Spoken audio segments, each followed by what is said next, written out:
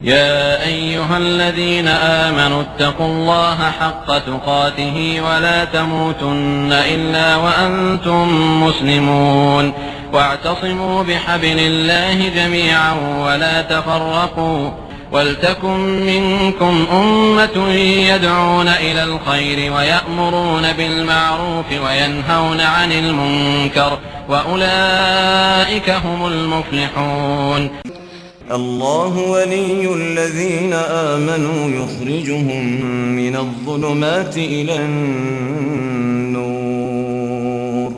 والذين كفروا أولياؤهم الطاغوت يخرجونهم من النور إلى الظلمات أولئك أصحاب النار هم فيها خالدون. معزز ناظرین کرام، السلام علیکم ورحمۃ اللہ وبرکاتہ. آپ دیکھ رہے ہیں نورٹی وی جدہ اور میں ہوں محمد عاقل.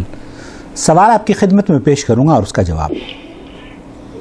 السلام علیکم.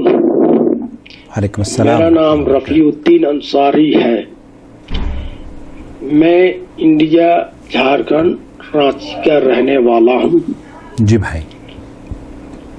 میرا سوال یہ ہے کہ اگر میری نماز میں ایک رکعت دو رکعت چھوٹ جائے تو ثنا کس رکعت میں ادا کی جانی چاہیے؟ یہ ہمیں صحیح ثنا کس رکعت میں پڑھنا چاہیے یہ پوچھنا چاہ رہے ہیں. اگر دوسری تیسری رکعت میں شامل ہوئے ہیں امام کے ساتھ تو ثنا پڑھیں یا نہ پڑھیں. سوال آپ نے سن لیا ہے. اب ہم رخ کرتے ہیں فضیلت شیخ عبدالعزیز بن باز مفتی مملکت سعودی عرب کی جانب. وہ اس سلسلے میں کیا رہنمائی فرما رہے ہیں. یہی سوال پوچھا گیا ہے ہم سے. يقرأ الفاتحة إذا كان يخشى ركوع الإمام. أما كان يعرف من حال الإمام وقراءته أنه يمدي يستفتح ويأتي بالفاتحة فلا بأس، لكن الأقرب والله أعلم أنه لا يستفتح، خصوصا إذا كانت جهرية لا يستفتح لأنه. مفتی مملکت سعودی عرب سے یہی پوچھا گیا کہ جو امام نماز پڑھا رہا ہے اور کوئی آدمی بعد میں شامل ہوتا ہے یا دوسری رکعت میں شامل ہوتا ہے یا تیسری رکعت میں شامل ہوتا ہے وہ ثنا پڑھے یا نہ پڑھے. شیخ فرما رہے ہیں کہ اگر جہری نماز ہے، جہری نماز میں سورہ فاتحہ پڑھے، کیونکہ حکم یہ ہے کہ آپ خاموشی سے تلاوت سنیں، لیکن سورہ فاتحہ کا پڑھنا واجب ہے اور سورہ فاتحہ کے پڑھے بغیر نماز نہیں ہوتی. اس لیے آپ کو چاہے سری نماز ہو یا جہری نماز ہو آپ کو سورہ فاتحہ پڑھنی چاہیے. نمبر ایک. نمبر دو، شیخ فرما رہے ہیں کہ اگر سری نماز ہے اور آپ اس وقت امام کے ساتھ شامل ہوئے ہیں اور آپ کو یہ گمان ہے کہ امام طویل نماز پڑھاتا ہے ظہر اور عصر کی، تو اس میں آپ ثنا پڑھیں، پھر اس کے بعد اپنی نماز کو پوری کریں. آپ دوسری رکعت میں اگر پہنچے ہیں تو آپ اگر چھوڑ بھی دیتے ہیں ثنا کو اور سورہ فاتحہ پڑھ لیتے ہیں تب آپ کی نماز جائز ہے اور درست ہے.